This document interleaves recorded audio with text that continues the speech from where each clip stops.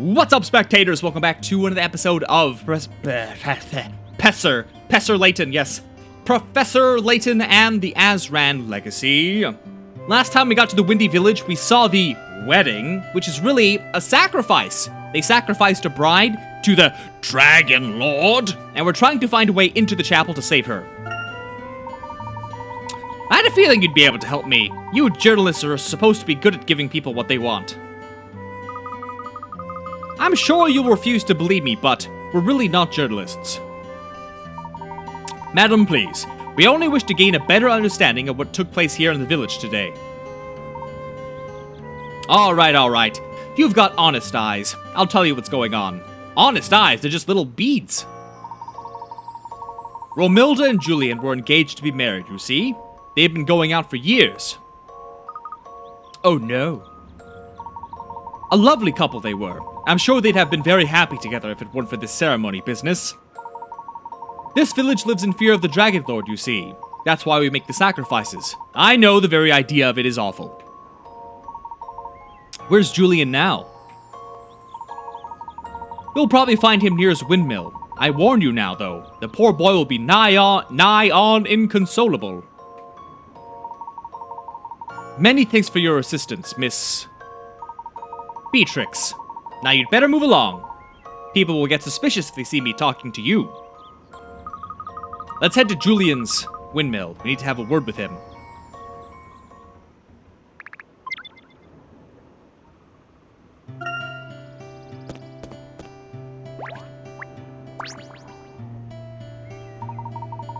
Hello there, Julian, I presume. You were outside the chapel, were you not? I fear I have no time for idle chat. Why not? What are you doing? If you must know, I wish to lick my wounds. Romilda, parting is such bitter sorrow. I don't believe it. Romilda's life is in danger, and all you can do is stand around moping. Did you not hear the words that left her lips? She gladly weds the wrathful Dragon Lord. Aside, she casts me into darkness deep. No greater clearer sign can e'er she so show. For me she holds no will, no need, no love. You don't really believe that, do you? Oh, woe is me. Poor Julian has just endured a genuinely harrowing experience, Emmy. I doubt we'll be able to reason with him right away.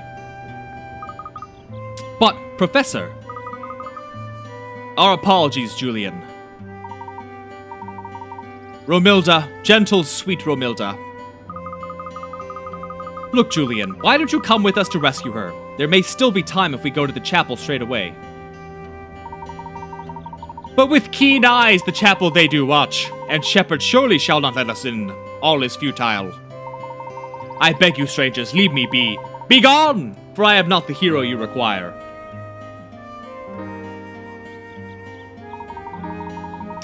Julian is going to need a little more time to pull himself together, it seems. Well, in that case, we'll just have to find a way into the chapel by ourselves. My thoughts exactly.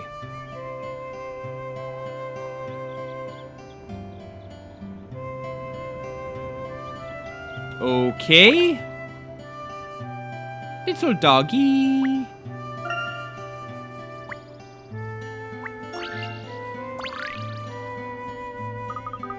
Look over there, Emmy. A butterfly.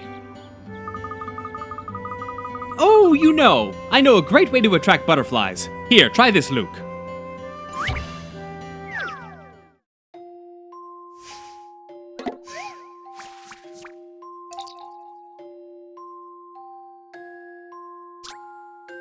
Here are 3 fruity syrups that each have a different level of sweetness.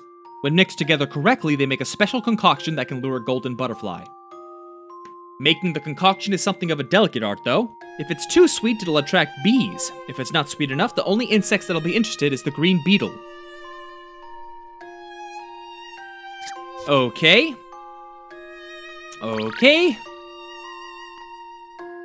So how exactly would this work?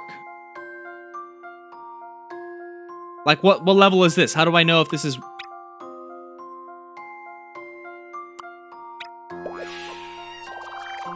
Wait, no way. Are you serious? I've got it, I think. I just threw random syrups in. Easy peasy, Professor. Okay. That's really weird. Oh, that butterfly's so close. I can just reach out and grab it. And what would you do with it? Butterflies don't exactly make the best pets, you know. How are we supposed to break into that place? It don't make sense, you hear me? Don't make no sense at all. Okay. Let's try going... Oh.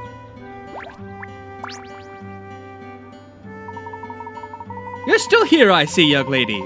You know, if you like the village so much, you could always get married here.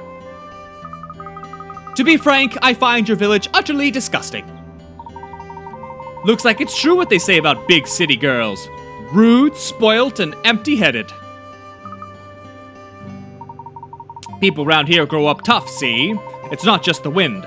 There's all the geocollogial subsidence too. Alright, you idiot. Hold on, geological subsidence? Do you mean to say that the whirlwinds are not the only natural disasters you have to contend with here? Pretty sharp, aren't you, Top Hat? Yes, this land's full of holes. There have been lots of accidents over the years. The base of the hill where the chapel stands now is especially bad. You have to fill in hole after hole to build a house around there. The hill where the chapel stands. That's right. The whole thing is riddled with holes and tunnels all the way around. Building around there is a real nightmare. That's why everything's so higgledy-piggledy up there, see? And that's why you city types can't handle it. Is that so? Many thanks for all the information, sir. Your words have been most enlightening. Always happy to help. Not to boast or anything, but there's no one who knows more than me about this village. That was pretty interesting, wasn't it, Professor? Who'd have thought the chapel would be surrounded by tunnels? A surprising revelation indeed. Surely it is no coincidence that the chapel was built in such a spot. I believe there's an extremely high possibility that one of those tunnels will lead directly to the chapel's interior. Really? But I can't see any holes or tunnels from here, Professor. Why don't we take a look at the other side of the hill, over near that forest? Perhaps there are some tunnels over there. A fine idea, Emmy. My only concern is that we may get lost among the trees if we head there without a guide. I bet Julian knows his way through the forest, but he's probably still too upset to help us at the moment. You may be right, Luke. Let's continue our investigation. Perhaps we'll discover something that will motivate him to help us.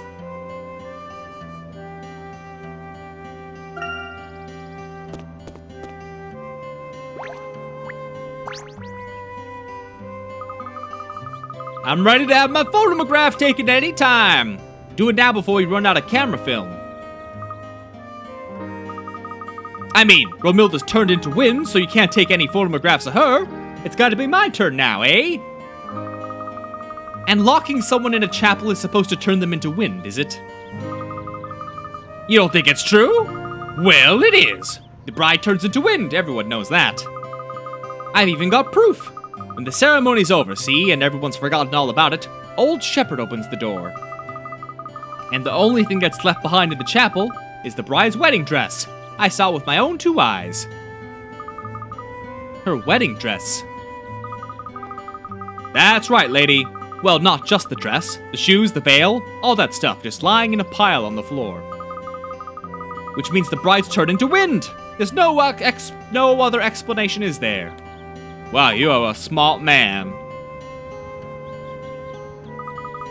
So the brides just disappear completely, bones and all?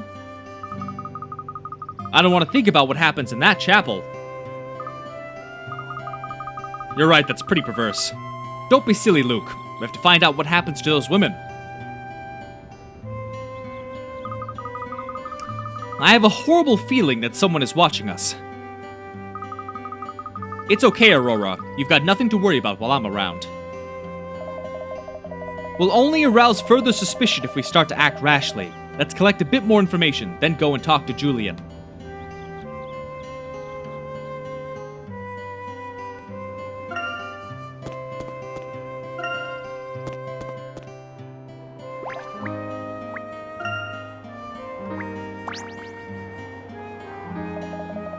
You appear rather downhearted, Sage Shepherd.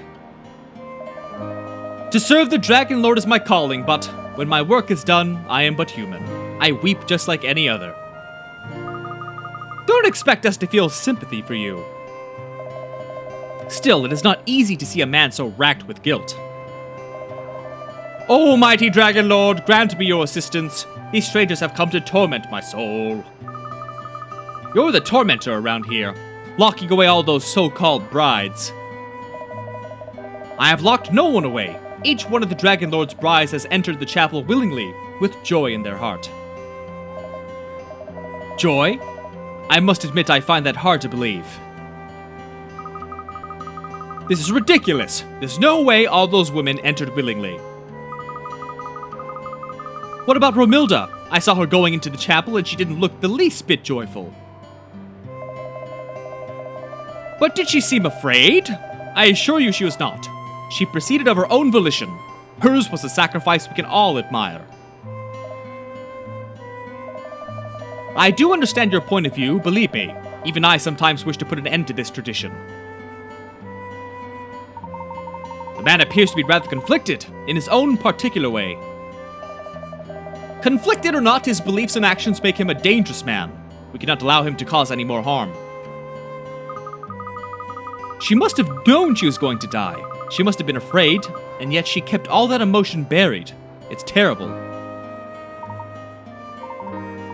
I wonder, what if the brides truly aren't afraid of going into the chapel? What do you mean, Professor? I think I understand what you're getting at. We may have been laboring under a significant misapprehension. Indeed, though we cannot be certain yet, of course. Oh dear, I don't understand this. This village, their traditions, I just don't understand what's happening here. I know what you mean. Everything we've seen and heard so far has been very troubling. Indeed. A number of unsettling incidents have taken place here. There may yet be an unexpected explanation, however. What kind of explanation, Professor? All I can say is that we should not sink into despondency just yet. Certainly not before we have a word with this fine lady, at least. Professor, do you mean... Ah, there you are. Shh, keep your voice down, will you? Just thought you should know I went to see her, that stubborn little minx. Her? Surely you don't mean Romilda. Honestly, pipe down, will you? Of course Romilda, who else would I be talking about? The brides escape from the chapel after the ceremony, don't they, madam? What? How do you know that? Well, as soon as I heard that the bride's clothes were left behind, I started to wonder. I thought perhaps someone would be waiting with a change of clothes for the brides, allowing them to escape. It's you, isn't it, Beatrix? You're the one who helps them. Women here have been doing it for generations. It's the perfect way to leave the village. The men have no idea. So Romilda's escaped as well, has she? I told you to keep your voice down. Actually, I'm having a little trouble with that at the moment. She's stubborn, you see. Stubborn and stupid. She must really believe she's calming the Dragon Lord's wrath up there in that chapel. What? Surely not. You'd think that seeing me wander in there would change things, but now she's more determined and stubborn than ever. I really don't know what's going on got into her. None of the girls caused a fuss like this back in the day. Look, Beatrix, will you tell us the route you took into the chapel? What's the point? If she won't listen to me, I doubt she's going to listen to some fancy-pants strangers. In that case, we shall require some assistance from Julian. Julian? Why him? He loves Romilda with all his heart. If there was anyone she would listen to, it'd be him.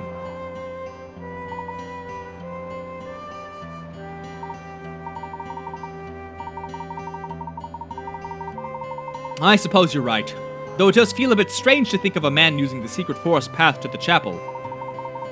But it's the right thing to do. Now listen carefully, because you need to follow these steps exactly. Pick 2 mushrooms, then 1 strawberry, and repeat until you reach the other side. And don't walk down any path twice. Every girl in the village knows those steps off by heart. Follow them to the letter, or you'll never find the entrance tunnel. Thanks, Beatrix. I gotta dash. You lot shouldn't hang around here too long either. People will start to talk. Let's go and see Julian. Hopefully we can persuade him to help us.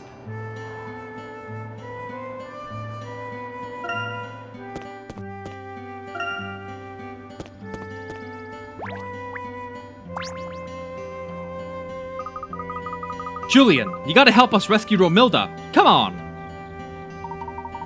You're here again? I thought I made it clear that all such efforts will accomplish naught. We have new information. There's a tunnel that will lead us straight into the chapel. Its entrance is on the other side of the forest. This is your chance, Julian. You can save your beloved Romilda. What? Fair Romilda. Yes, beloved Romilda, rescue you I will! Not so loud. You don't want the whole village to know what we're up to, do you? No, no, fair maid. That is not what I want. Let us pass words within the windmill here, lest cruel winds carry them to prying ears. Well, he certainly seems to have a spring in his step again. Ho ho indeed, and long may it continue. Please, time so fleeting does not but escape. Pray come inside with haste so we may speak. Very well, in we go.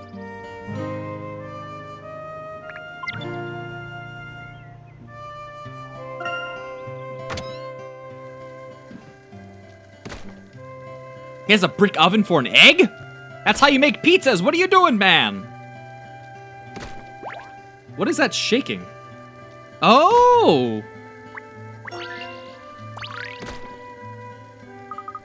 So Julian's been hiding puzzles here, has he?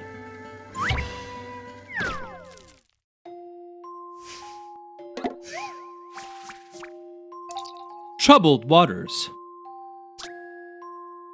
The bridge across this river has been destroyed in a storm, leaving the local villagers stranded. Can you help them create a makeshift bridge out of scrap materials?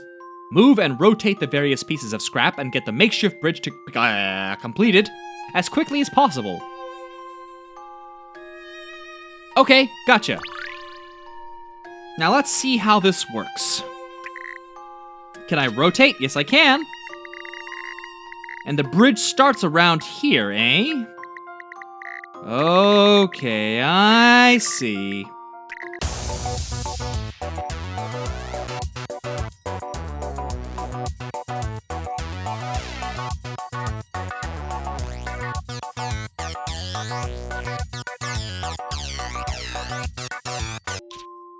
And boom.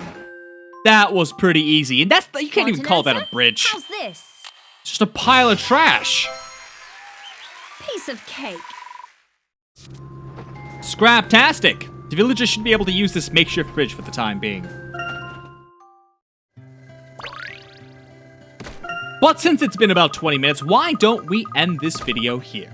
So stay tuned for the next one. And thanks for watching. Bye-bye.